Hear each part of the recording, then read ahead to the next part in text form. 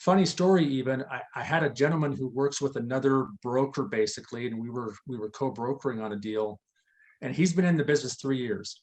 I'd been in the business maybe 6 months at that time, just taking what I learned from CCTG, learning it, trying to be the best that I could. And I was on the phone with him. He said, Eric, I got to tell you, I've been doing this for 3 years. And last year, he works with his brother. His brother's the owner. Right. He's kind of the broker underneath his brother. He said, I learn something from you every day. I've been in this for 3 years, and I love talking to you because you're teaching me so much. And I've been You've doing been this for doing it a maybe couple of 6 months. Yeah. But that was the greatest compliment, and a compliment to CCTG, because that's when I finally realized what we have here in CCTG really does get you 3 years, if not, I'd almost say 5 years advanced to where other people are, and the amount of expertise and information you get. And he submitted 100 deals last year with his brother and didn't close any. And he submitted 5 to us, and we've closed 2. We're closing 2 with him. Wow. So now he has since left his brother, and was our first independent contractor with us. He's working with us now. So Hey, at the end of the day, you win. There are just too many commercial loan brokers that don't have a damn clue of what they're doing. All we're trying to do here is better the industry for everybody. At the end of the day, you can make great money in this industry, but in the end, it's all about helping people. You know, people always say, Kris, how can I be a successful broker? It's 2 words, hard work and dedication. If you don't like talking to people, you probably shouldn't be in this business. Hey, everybody, welcome back to Entrepreneurs in Finance, where we explore the daily lives of CCTG graduates, lenders, and everybody else in between. Before I begin, don't forget to subscribe to our YouTube channel, Commercial Capital Training Group, where you can catch all episodes that come out on a monthly basis of people just like yourself looking to make the leap and own their own finance business. So without further ado, it's a pleasure of mine to always interview people that have come through our virtual training, because I did not get a chance to meet people in the virtual training face to face, and our next guest here is an example of that. So I'm proud to introduce Eric Helus of Peakstream Capital. Hey, Eric. hey, how's it going, Kris? Good. Did I pronounce your last name correctly? Helus, yeah, you're real close, so no problem. Eric Helus. So, hey, so you came in our November 2020 class, right? That's correct, yeah. So we were knee deep in virtual. We didn't even have a live option. And so it's a pleasure for me to finally get to explore who you are a little bit more and put a name to a face. You bet. Thanks for the time. Yeah, absolutely. So, why don't you tell us quickly, first and foremost, where are you from, where you're operating out of? Yeah, you bet. So we're in Colorado Springs, Colorado. I'm a native of Colorado. Hard to say these days. We mostly get Californians and Texans moving here now, so it's hard to find a native. But I grew up here, dairy farming as a young kid, and just knew I wasn't going to be doing that for the rest of my life. I liked weekends off. I liked holidays, and you didn't get that dairy farming, but I didn't mind the hard work. So moved from a small farm town into the Colorado Springs area back in '99, and been here ever since, and started our business, this financing business, like you said, in 2020, and got ramping up. And pretty much March of 2021 is when we really kind of started rolling with it. And let me just take you back a little bit. What led you, like, what were you actually doing? What was your day to day before finding even CCTG, and how did you find CCTG? Yeah, great question. So I owned a glass company, started that back in 2014. So entrepreneur, knew nothing about the glass industry.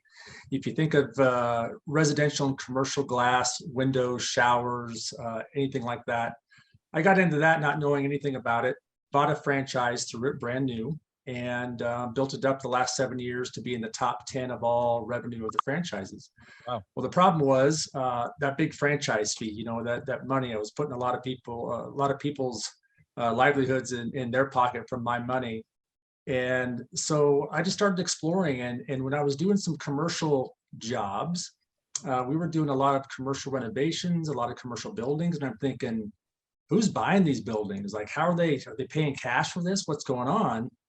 And a lot of my clients would tell me, no, these guys are using other people's money. And so I started asking questions about that, and learned a lot about the financing side of things just from doing glasswork. So I thought, that's pretty interesting. I want to learn a little bit more about that. Long story short, I had a guy come into my shop that one of those dream comes true that says, hey, I've seen you guys around. I want to buy your business. I said, give me an offer. And long story short, the offer was better than what I had in my mind. And we pulled off the deal, and I sold that company back in September of 2020. Ah, okay. Um, I was like, right, during that was doing COVID. That was during COVID, yeah. And we had our best year in COVID. So I thought that's probably a good time to sell. If I'm doing real good in COVID, it's probably a good time Sure. to let this go. Um, Quick little story about that. Really what made myself start to really look into the funding process is the gentleman who bought my business had to get an SBA loan and had to get funded. And it took 9 long, stressful months to get funded. It was a horrible process. I was working with the bank, small bank here locally, and it just was just terrible. And at the end of the day, I usually get myself into things when I think, you know what, I could probably do better than that. I think I could do that better, and I want to explore that. So I just started looking online and searching for things, and that's how I came across CCTG. Was just searching, how do I get in this? Thinking, do I have to be a residential lender and go through that process and be under somebody for so many years and then move up to commercial? And after I explored you and did my due diligence with you, I found out, no, there's a better way to do that. And that's when I kind of just made that commitment and said, yeah, this is what I want to do. I want to give this a shot. Wow.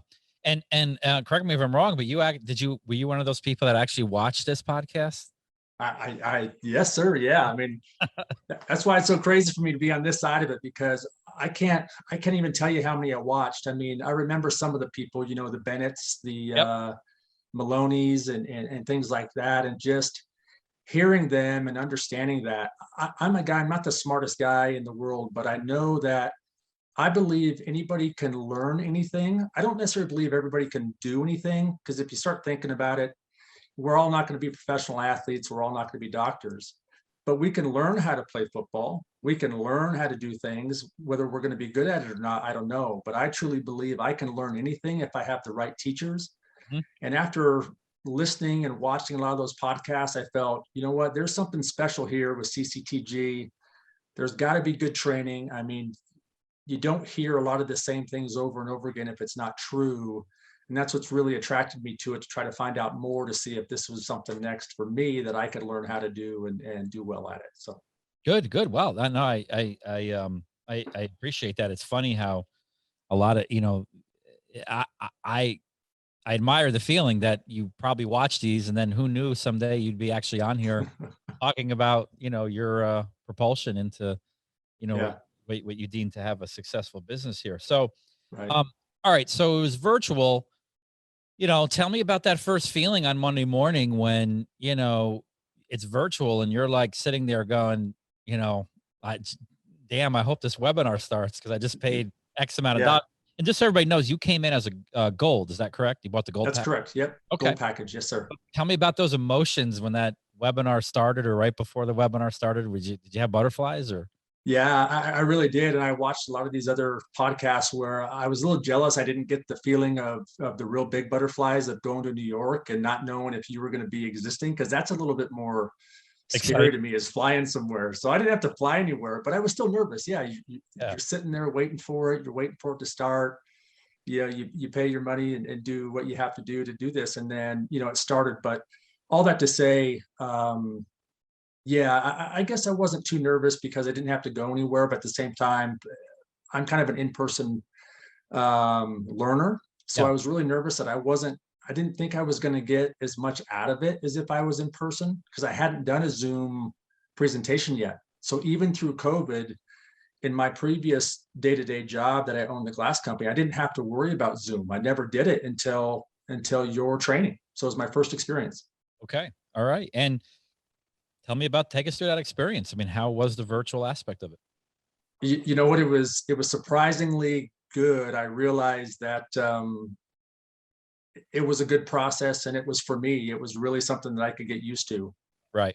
Yeah. So, I mean, did you find it though? Were you pleased at the end of in terms of like the experience? Did it meet your expectations? And it's It okay. did. And I mean, we're honest No, here. no, no. I think it did, because I didn't know what to expect. So there was no expectation other than I wanted to learn as much as I could.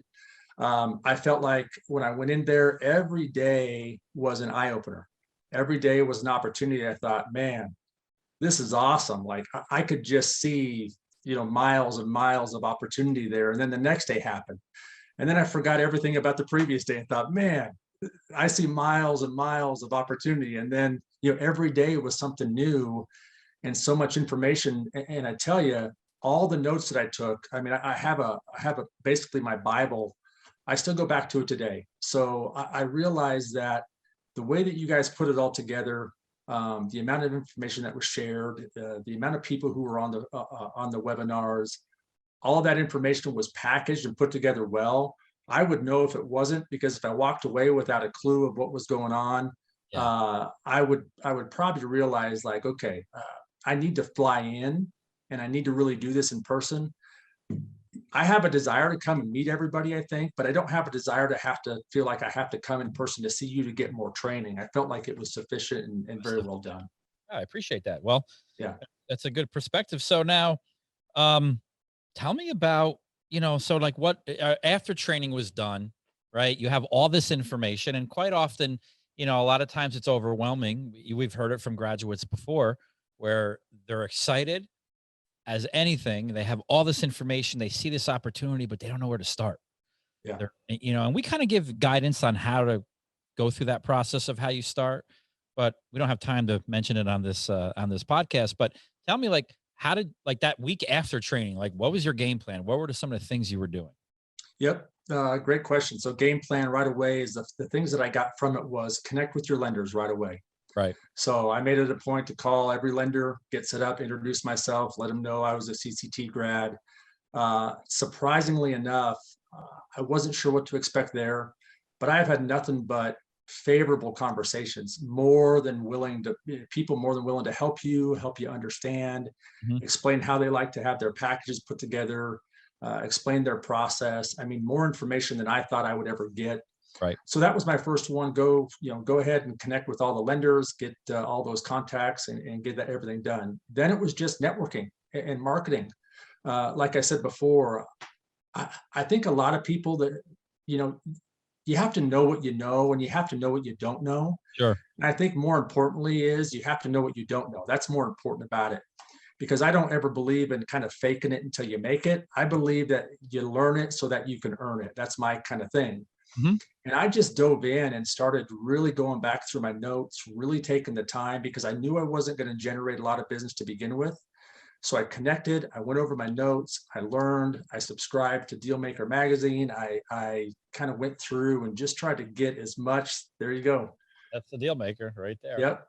Get as much information I could so that I knew and kind of felt comfortable. And of course, Mac and John and all the support there, made a lot of phone calls, made a lot of conversations and great information, and just prepared myself so I felt like I was ready to go to market with enough information to be, productive and be able to provide everything that was needed to be successful in submitting a loan package. So, okay, now, and so then you have that game plan, so tell me about going to market. Tell me about, let's talk about, I mean, when did you get your first deal? And you want to talk about, that's always an interesting one. Want to quickly tell me about kind of that circumstances surrounding that? Yep. It's kind of interesting. I got my first deal probably about a month after, in December. We didn't really launch until March. Yeah. But I have obviously a lot of network here. I had about 9,000 names for my glass company that I put into the newsletter, like you guys recommended. Again, just following the steps, downloading my contacts, going to business owners that I knew. And I started talking about the last thing that we heard was this credit builder for businesses. So I thought, hey man, I've got a couple businesses I know that could use this. And I went to them, got it all set up, and they were excited and interested. And so I submitted my first 2 deals, and lo and behold, I was trying to learn again, connecting with these lenders. And I found out I had to take this test and get set up with the kind of the criteria with this lender. Yeah. So I tried to go through that process, and I just wasn't getting a response back, and I was getting a little frustrated. And so I was working with the kind of the sales rep, I guess, if you will, with there. And he said, look, let's just get him in the system. We don't want to lose your deal. We'll come back around. I said, great. Got him in the system, got him through, started working the process. About 30 days later, I finally got the response of, oh, you need to do all this stuff and take a test. And I was like, oh, shoot, man, I gotta jump on this. I did their whole week training in like 6 hours that day. I was in my room and I just listened to all their training modules. I did them all, signed up. Long story short, the bad news was by the time I did all that stuff, these guys were already through the process and they were already almost closed for the deal. And I wasn't able to get my full commission, man. I had about $1,500 per account that was commission, about $3,000. And unfortunately, since I didn't have my information in the system soon enough, I only got a couple $100. So, I want to be honest just to say that was a frustrating part of things, but it made me realize I really need to get things going and get things set up and make sure I'm good on my end. And at the same time, then, you can hold your lenders accountable, because what I found is with all the lender deck and everything, everybody wants to be accountable for what they're doing. As long as we're accountable for our side, the lenders will respond and do that. And I'm a big guy of just making sure I do the right thing, but then I'll put some pressure on it. So I have some great stories of me just going back to some of the lenders that I've closed deals with now, and we've really worked a good deal. I've probably rubbed a few feathers because I don't know what I don't know. Right. And I'm just going, man, I'm getting you everything. You got to get me everything. And so we butt heads a little bit, but at the end of the day, I've got several lenders that, man, we have really grown together really well. To learn each other. What to expect from each other, and for closing deals. So it's good. That's good. Yeah. Actually, that's an important part because, everybody's like a snowflake. We're all a little different. And the key is how to do that dance between broker and lender. And sometimes you'll step on toes. Sometimes you'll drop the partner, and sometimes you end up happily ever after, and working well with each other. So, it sounds like you went through that a little bit, which is fine. Everybody has different personalities, but I'm glad you've kind of found a happy medium. Yeah. Yeah, absolutely. Good. So now, all right, so you're rocking and rolling. Tell me about like the first 2021. Let's just start there. I mean, you start to rock and roll and launch in the beginning of 2021. How was 2021 for you? It was good. 2021 was really surprising. Slow start, kind of you get going, but then we made us, you learn along the way, right? There's some things that we know that you kind of guide us to do, things we don't. I have a partner in this, by the way, and he's a great part of this company, but I'm more the outdoor, outspoken, the face of the company. Yeah. So I'm working my deals, I'm working my leads, and all of a sudden we're starting to kind of generate some buzz and doing some deals. So come March, we're going in, and all of a sudden I'm working with referral partners, people I know, and they introduced me to this guy that has this fintech company, this startup. And he comes and says, great, we're looking for $100 million to start up our firm. And I know you guys say, like, don't chase the big deals, and I will 100% agree with you, but it's our first deal, and I'm going, $100 million, I'm starting to do the numbers, the 1% and $1 million, and it's enticing. It's hard to stay away from it. Sure, I get it.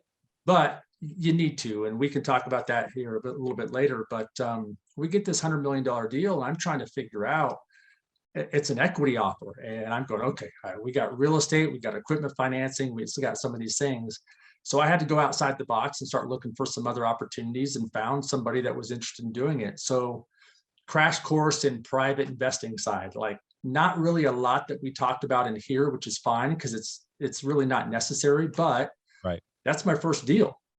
And I get a crash course in private equity, and I'm learning all this, and we finally get an engagement, and they pay their fee and all this stuff. I'm going, wow, we're going to close this deal. Well, to the agreement now with me on chasing these deals, I hope other people will learn these take a long time. We can fast forward now a year later, and we're just now starting to raise capital for them, because I was thinking these guys were going to invest $100 million and I was going to make my 1%, and we're out. I thought these deals are going to be easy. Sure. Yeah. Not the case. Didn't realize that they have to go to their investment group and raise capital and talk to investors. So that was a great experience for me, because I was, again, with what I don't know and I know now, I was thinking, why not go after these big $100 million deals? These are great. These seem to be pretty easy if you can find the right people. Right. And for sure, you have your paying the bills deals, you have your regular deals, and then you have your big opportunities. So it was a good opportunity. We have $100 million deal sitting there. We just got to raise the capital. We're just starting that process now, but it's been 12 months into that, and it's been a long process. Yeah. Well, I wish you luck on that. I mean, it sounds like, it's somewhat on its way, you know? Yeah, Oh, yeah, but that's good though. I mean, and it's important thing that you said that, where a lot of graduates, I think not a lot. In my experience over the years, there's been numerous graduates that, um, kind of die by the vine because they get that deal in and that's all they don't do anything else. yeah. Sit there and they just, they hope and wish and rely on it. And like you said, it sounds like you were doing some other things as well. Yeah, and I should address that because yes, we realized that that wasn't going to pay the bills. That was a big long shot. We had some excitement over it, Yeah. but you temper that because then you start going, okay, I got rent due on the office. I got other things to do. So you start generating other leads, and our first real paying deal was as a refinance of a rental property for a guy in California. And again, every deal that you get, I think, is a learning opportunity. I mean, we've gone through, just like everybody else, a lot of deals that didn't make it, but the things that it helps you with is it helps you sharpen your skills on the negotiation side, getting all the details that you need for the deal, Right. helps you learn how to submit a package, all that good stuff. So we got a cash out refi that was our very first deal. That was a paying deal. Took about 60 days because the guy was a foreign national, which I didn't know anything about that. He lived in Canada, used to live in US. And so, you're learning every step of the way. Every day is a learning experience. And, it's just great to go by and submit all these deals and realize everything has a similarity, but everything is also different. And as you kind of sharpen your toolbox and you remember some of these things, and you learn some of these things, the more and more you can capture, the better you get. And again, that's why I say I think you can learn anything as long as you're willing to learn and understand and retain that, and you can be successful as you grow. Sure. Yeah, absolutely. Absolutely. And as you know, every deal is different. So as every deal Sheesh. comes about, takes a while to see it all, but over your Yeah, career, you'll notice that in the first couple of years, you'll get all sorts of scenarios, um, that you wouldn't think would happen, but they do. yeah, And yeah. you're right, it's a learning experience. Um, what's interesting is, I see here a little bit in our notes that you have the unique opportunity of almost closing or working on a deal in every category that we teach here, which are a lot, which is great, right? It is, and we weren't, we really focused on, the advice was to focus on three opportunities, and we have. So our opportunities that we're really focusing on, that we're finding the most success in, are real estate, Yep. which most people do. Working capital or asset-based loans. That's been a great opportunity for us with the amount of businesses that are in my network that I know. And then SBA. And SBA loans are interesting. Again, that was my experience with really a kind of a first lending opportunity when I sold my business. And the opportunities are there. However, we've just had so much great success with people coming in from equipment financing. We closed a deal with a master lease loan business that was expanding and needed to buy 20 trucks, but he only wanted to buy 5 this month, and he wants to buy a few next month. And so we were able to figure that out and do that. Working capital, real estate, everywhere from fix and flip to a commercial property, SBA, from franchise to real estate acquisition. So basically everything, except we really haven't done a bridge loan yet, or I can't even remember all the options, but I think there's only a couple that we haven't really had the experience to do. Right. And it's been a joy. It's been a pleasure to kind of learn all of that and realize the areas that kind of are good, the areas that kind of stink. I mean, I'll be honest, SBA takes a long time Sure.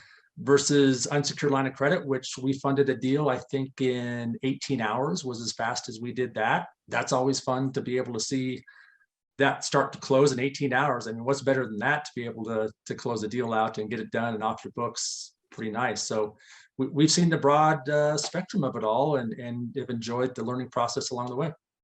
Um, and now, so here's a tough question sometimes, but what, being in this a year, more than a little more, actually more than a year, almost 2 years, what what don't you like about the business? What I don't like, I don't like, What's frustrating? yeah, what's really frustrating is appraisers. Who gave them all the power to ruin a deal in the real estate side? I've lost about 3, maybe 4 deals to the appraiser. You learn a lot about fix and flips, knowing that you have to have an as-is value versus a after rehab value. I've lost 2 deals on the after rehab where the appraiser didn't think it was gonna appraise for what the people were gonna put into it, and the deal's over, and had no idea. Have a couple other appraisers in certain counties. I mean, I didn't know that every county has different rules and different regulations on how appraisals go or what you can consider square footage. I'm learning that a lot of lenders, they want a minimum of 550 square feet. And so I got a house that's 1,000 square feet, but in this one county, they only take the ground level. They don't take the basement. So the ground level was only 500 square feet, even though the basement was 600. That's 1,100 square feet. Lost a deal. So that's frustrating a little bit is you look at some closings and some deals that you could have had, but the appraiser's job is their job. Nothing against appraisers at all. I just didn't understand the process and that they have a lot of say in maybe getting that deal closed. And of course, I would say the IRS and SBA. I've had 2 deals that I've lost because the IRS has, for whatever reason, could not supply the transcripts for taxes. And so you had to request them to come in. Takes forever. And we missed our opportunities with the purchase sale agreement for the deadlines, and they had to move on. So we had everything we needed except from the IRS, and they couldn't get the transcripts without requesting them mailed, and we lost a couple of deals that way. So I'd probably take those 2 things out, and I think we'd be good. Yeah. Yeah. Okay. Well, I mean, and I thought you were going to say maybe butting heads with lenders, but earlier, but Well, I don't recommend that. I try not to, but I have a high standard, I guess. I don't know. oh, that's a good thing. Yeah. So, wow, I mean, it sounds like you're doing you're closing deals, you're getting opportunities in. What's your goal for 2022, the remainder of 2022? Yeah, that's a great question. I think sky's the limit. We've been really adding some independent contractors to our network now. Growing your business? I started by really focusing on other businesses getting referrals. I think everybody does that, but I was really focused on the business managers. There's a lot of people out there that are business managers that will connect with businesses to help them with their marketing, with their funding. And we didn't do the marketing package, by the way. However, I'm really thinking about it because I didn't realize there's a big market for that. There's a lot of people that do that for people.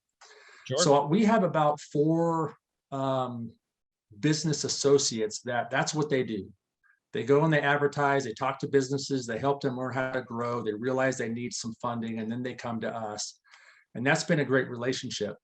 Funny story, even, I had a gentleman who works with another broker basically, and we were co-brokering on a deal. And he's been in the business 3 years.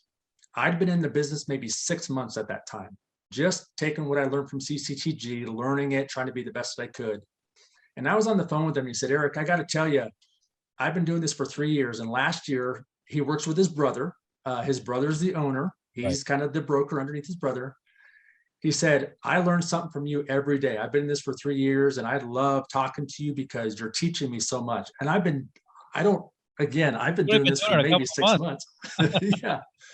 But that was the greatest compliment, and a compliment to CCTG, because that's when I finally realized what we have here in CCTG really does get you 3 years, if not, I'd almost say 5 years advanced to where other people are, and the amount of expertise and information you get. And he submitted 100 deals last year with his brother and didn't close any. And he submitted 5 to us, and we've closed 2. We're closing 2 with him. Wow. So now he has since left his brother, and was our first independent contractor with us. He's working with us now. So hey, at the end of the day, you win. That's great. That's a great story, actually. That's a really good. It is neat. And so we're adding more. We see that. I think our whole goal is we want to focus on, again, those swim lanes, which we call them, the SBA, the asset-based lending, real estate. And we would love to kind of develop those channels and even look at hiring someone to manage those areas for us and really develop those. Mm-hmm. We're in that phase of, even though we're still learning and growing, we want to really set ourselves up in the foundation for the future to start looking at people who might be able to come join our team and jump on. Obviously, you have to make enough revenue to do that, but we're already planning that in our minds. We're already planning to set our structure up that way, our foundation that way. Right. Because we ultimately like to see kind of your model too. We would love to have people in-house, some loan originators and people who are working with us to generate, so we can work more on our business instead of in our business. Mm-hmm. And that's kind of the goal for 2022 and beyond, is to develop that, get some independent contractors on here, and just continue to develop and grow the business side of things for us. Wow. Oh, I wish you much success. I wish Thank you you. much success with that. Yeah. It sounds like you're practicing what we preach. You know, we go over how to bring on independent contractors, what that model looks like, and you're right around that stage where we recommend you start doing that. You know, after you get some sea legs, and so it's great to see that what we teach start to come to fruition, exactly how we kind of teach it, and it sounds like you're living it. So. Yeah, I think it's key to know, again, I think there's an advantage, a little bit of it, from not being in the industry, because I don't have any expectations other than what I'm learning. And when you follow the professionals and the experts, I mean, I went into the glass industry knowing nothing. Right. And when you have good teachers around you, you find good people. I mean, you have to do your due diligence, and CCTG is just that. And you know, you learn, you apply. I think a lot of the success here is execution and education. We learn, and then you go execute. If you learn, go execute. I've seen it. I've worked with other people who are from the real estate industry and other things that they think they know a lot about this, but they haven't closed a deal yet. You know, and they're really, I wouldn't say their egos are up there, but I say they're really aggressive in the way they do it. But I don't know all that stuff. I'm just doing what I'm learning, and I'm finding success in that by just following kind of the rule book, if you will, and then just applying a few of my own things to that. And it's a proven model that works. That's great. That's great. Well, now we come to the part where I like to explore a little bit about yourself outside of CCTG, just to get our viewers and myself, that being that, you know, to understand you a little more as a person outside of CCTG. So one thing that I like to always bring up, or I like to ask graduates, and kind of tells me who you maybe aspire to, but if you could sit down with somebody has either passed on or here with us presently, and you could sit down for like a dinner or a couple hours and just pick their brain and have a conversation, who would it be? It could be anybody in the entire existence of human history. Who would it be? It's a good question. You know, I'm a pretty spiritual guy. I'm a believer, so you know, the biblical characters are always good. But I think if I could answer that question, I'm kind of a thrill seeker, and I used to like to do a lot of things that were thrilling until I got married and had kids, and of course you have to slow down with that. But I would love to sit down with just the people who were kind of the first to do something. I mean, I always think about who was the first to jump out of a plane with a parachute and trust that that would work, you know, or who was the first to bungee jump, or you know, just a quick story. I've had a kidney transplant, and I just wonder, you know, who was the first person to be willing to let somebody open them up and put somebody else's kidney in their body and see if it worked.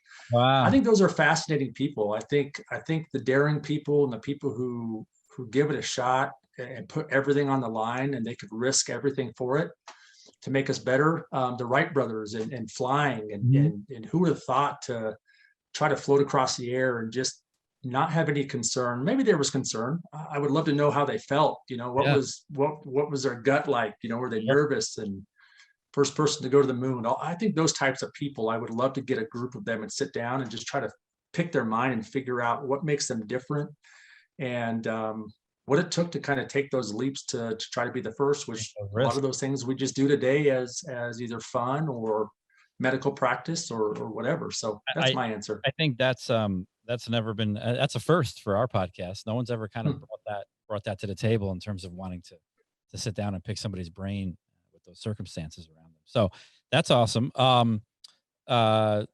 What about if you could be essentially wake up tomorrow and be anybody you want in terms of like a profession? So you could just plop yourself into anything, you know, what would it be? What without having to go through the training or education. Don't have to go through virtual training during the COVID years and stuff. I'd probably pick either a professional sport team owner or the commissioner. Baseball, football, Mhm, basketball. mhm. I like that idea of just, sports has been a big influence in my life. And I just like the idea of being a commissioner or someone who can put together an organization, put together a team, especially in something when you're dealing with athletes and competition. And I'm sure there's other ways that you can do that, but just I've always been intrigued and always wanted to wish someday that I could be a owner of a sports team, or maybe the commissioner of the whole division. I think that would be a cool job to have. You see all that sports memorabilia behind you there. Yeah. Yeah, I got some. I'm a big Yankee fan. I've got some stuff like that. I know you guys are in New York, and yeah, I enjoy that. It's a lot of fun. Cool. Last question, in terms of getting to know you a little better. I always like this one. What's like a quirky thing someone doesn't really know about you? Like if just by looking at you or not having you say anything, like what would somebody not normally expect that something Yeah, man. Well, I kind of alluded it earlier. I have a kidney transplant, but I don't think that's pretty common these days, I guess. I mean, I didn't want one, but I think within the kidney transplant, what most people would never know is after the transplant, I had this huge attraction to the smell of asphalt. And all of a sudden, I started loving pizza. And I didn't like pizza before. So I got my kidney from my sister. And for whatever reason, I'm driving around and I get out of my car and around our town, a lot of construction, a lot of building, and this asphalt smell was very attractive. It's really weird. And so I drive over, I'd sit there and my wife's like, "What are you doing?" And I'd roll down the windows and I just take a big whiff and roll up the windows and drive away. And that lasted for about 3 months. And I thought, is this going to be forever? And we talked to my doctors about that. And they said, no, we don't really have any answers? like smell changes that are part of this thing. But Wow. foods is pretty common, I guess. And my sister, one of her favorite foods is pizza. And I started liking pizza. So that's kind of Wow, that's a weird awesome. thing. Actually, that's a Yeah. real I've never heard of that. I have to ask my brother about that. My brother's a nephrologist. Oh, So he's really? No kidding. yeah. Yeah, he's a Ask nephrologist. them about the smells because I I've will, yeah, just I none will. of my doctors had heard that before. So Right. Wow, that's interesting. yeah. But it's Well, since gone away, so I don't drive around and roll my windows down anymore with asphalt. It's gone. It see, I came was and thinking went. something different. I thought like you would go down to like you'd follow like these asphalt maybe you get a part-time job at an asphalt company and you're just there. Trust me, I thought about it. I thought about working in the industry because it was so good, but I didn't know if I could get addicted to it. I didn't want to get addicted. Like maybe it causes harm to your brain or something with that Yeah, smell. So one of those weird addictions. So, Eric, now we come to that time of the podcast where we kind of flip the script, and you can ask me any question you want. It could be business, personal. It doesn't have to be about CCTG or anything. I've had a lot of weird questions in the time of doing this podcast, so I won't feel offended. So, feel free to shoot whatever you want to do. all right, here's one. Not about business or anything. This is just a wild question out there. If you had to choose one meal that you had to have every meal for the rest of your life, what meal would you choose? Okay, so I'm going to answer this on the premise that it's not going to affect my health. All right, Yes. and I guess if it would not affect my health, it would definitely be a number one at McDonald's. Yeah, Big Mac with Yeah, Big fries. Mac with fries. Like, so the thing is, I'm not a big fast food eater.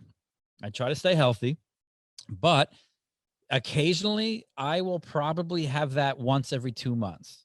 And it's not because I feel guilty about going there myself and getting it. It's usually because Yeah. I'm on a road trip and my kids are like, Dad, I'm hungry. I got to stop on the throughway and get something to eat. And I'm like, in the back of my mind, I'm like, yes, okay. Now's my excuse to have McDonald's, right? Yeah. Yeah. But I'll go, and I'm telling you, as bad as it is, all right. And I know it's not the best, the burgers are flimsy, but there's something about a Big Mac and crispy fries from McDonald's that just it is what it is. Like it's good. It doesn't feel good after you eat it, right? But it just at the Yeah. time, I don't know that it would probably be that. Granted, I wouldn't gain 500 pounds. You know, those 2 all beef patties, special sauce, lettuce, cheese, pickles, onion on a sesame seed bun, man. You can't beat it. See, I got it. That's what I'm saying. And you got to get the barbecue sauce because I like to dip the fries in and only the McDonald's barbecue sauce. There's something to be said about McDonald's barbecue sauce. Absolutely. Yeah. I'm a big Mac fan too. I'd get it with unsweet tea. I'm not a big fast food eater either, but I'm with you. That Big Mac, there's something about it. And I don't usually like sauce or a ketchup or mayonnaise on my burger. Yep. But that 1,000 ounce or whatever, it's just one of the best burgers that was ever made. I mean, it is. And you know, I'll leave it at this. My grandmother is going to be 105 in October this year. And I've always asked her, like, what's the key? Like, what is it, right? Besides genetics. And she always said, don't do any one thing too much, right? So the key to that is moderation. And I remember back in the day when I was growing up little, my grandmother, every Friday she'd meet with her friends at McDonald's and get a fish fillet meal, like the fish sandwich. But she'd have the fries and she did that for, God, 25 years, you know? Yeah. She smoked for a long time, maybe 40 years, but she quit like 50 years ago. Right. But it's just, you can't, you know, and I take that to heart. Like, you know, treat yourself. Like, you know, I like to stay healthy, but you know, hey, if you want to have a Big Mac once in a while, it's not going to kill you. I thought your grandmother's advice was to have a Big Mac every 2 months or something like that. So that'd be great too. Well, I you know, inherently took that fish fillet experience for her doing and say, hey, well, I could have it once every 2 months. What's the big deal? That's right. She had it every week. That's great. It's fantastic. I love it. All right. Well, listen, I think we said a lot here. I do want to thank you for taking the time out of your busy day. I know you got a lot going on, especially the first year and a half of your business.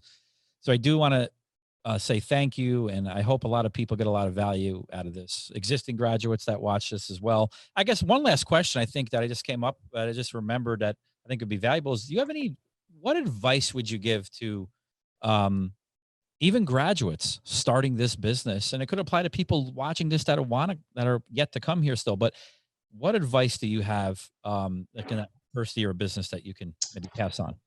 Yeah, that's a great question. Gosh, I've got so much good advice from some of the other graduates here, and just trying to find my own words, but sometimes you just have to say what other people say. But I think the biggest thing is to be patient with the process. If you push too hard, it's like anything else. I think you get yourself wrapped up in too much expectation that may not be realistic.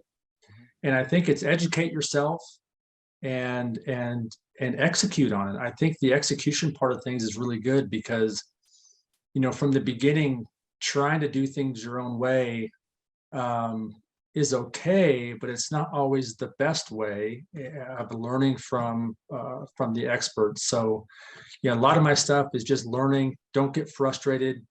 Take every opportunity as a learning opportunity. And even if it's a deal that doesn't go through, you're obviously going to have more than that, but take every moment and every opportunity to learn from, to get better, and just apply it and be honest with yourself about where you are and where you need to be. And I think you'll find success. Good. That's a good way to end it. I appreciate that.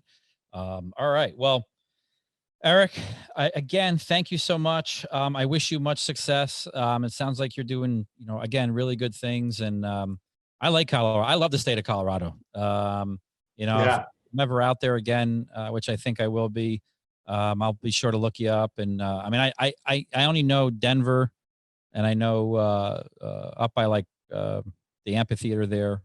Okay. You know, Red Rock. Was it Red Rocks? Red Rocks, yeah. Red Rocks, that area. I got to see that, but you know, maybe you and we'll come down in the spring sometime. I think it's about the same, but a little bit better, just because you have a little bit more down here to explore. So, all right, cool. Well, all right. Well, that does it for this episode of Entrepreneurs in Finance. Hopefully everybody enjoyed it. And again, if you haven't, subscribe to our YouTube channel so you can catch more interviews that come out on a monthly basis. We explore the daily lives of people just like yourself who have made the leap and now are running their own finance business. So, all right, we'll catch you on the next one. Thanks, everybody. Bye-bye. There are just too many commercial loan brokers that don't have a damn clue of what they're doing. All we're trying to do here is better the industry for everybody. At the end of the day, you can make great money in this industry, but in the end, it's all about helping people. You know, people always say, Kris, how can I be a successful broker? It's 2 words, hard work and dedication. If you don't like talking to people, you probably shouldn't be in this business.